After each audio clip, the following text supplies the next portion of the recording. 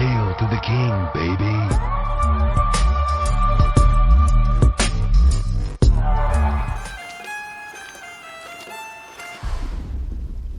Only one of us will walk away from this.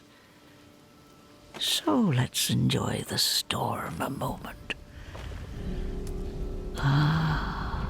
Nature's music.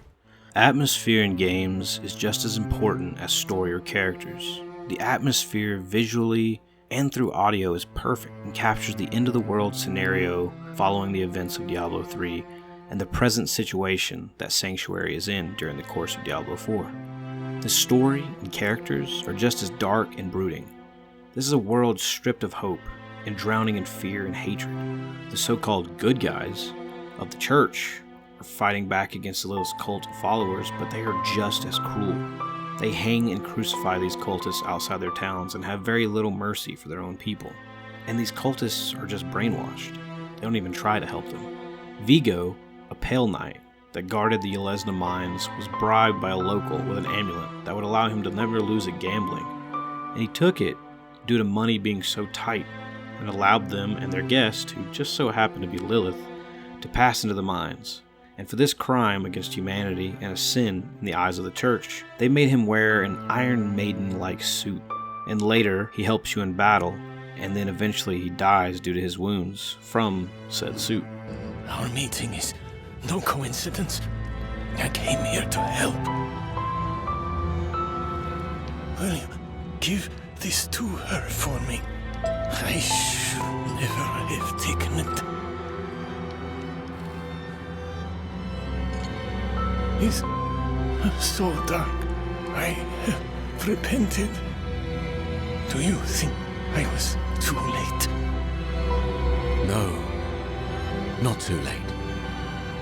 The light has come to carry you home. Do you not see it, friend? Yes. Yes. I see it now. They have come.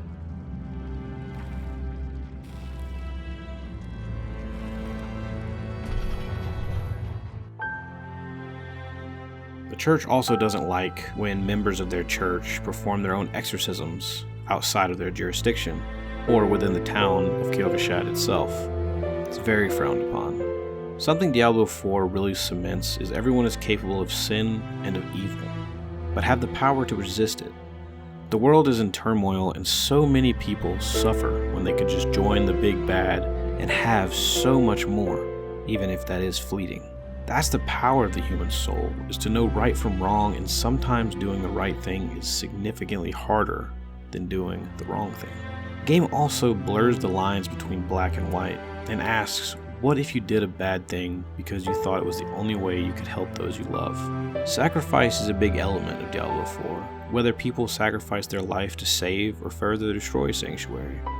Everywhere you look, there's evil and there's death. A plague of demons and sickness travels the land and corrupts all who get in its way, with silky smooth lies of grandeur and higher calling. It's a nasty business. Swamp vermin find a way into you. Eyes, ears, nose. Then swim down into your gut and lay eggs. As the eggs hatch and feed on you, the pain swells and the fever rises until they're large enough to... like a bird out of a soft egg. It is... revolting. Stomach churning. The world is full of death and despair, with just a light sprinkling of hope or some semblance of it. You spread that hope as you travel the lands helping people and slaying demons. Diablo 4 really makes you reflect on its world and all that's happening within it. It's most certainly an interesting world full of mystery and uncertainty. This world deserves to be explored and experienced. It's a dark and depressing descent into madness, and you, the Wanderer, are the only chance left for humanity to succeed. Blood and guts litter your road to answers, but will you let that stop you from purging the evil from this land and helping all the locals? I guess we'll find out if you have what it takes to dance with the devil in the pale moonlight. And with that, I'll see you next time. Life is an endless lesson, There is so much left to learn.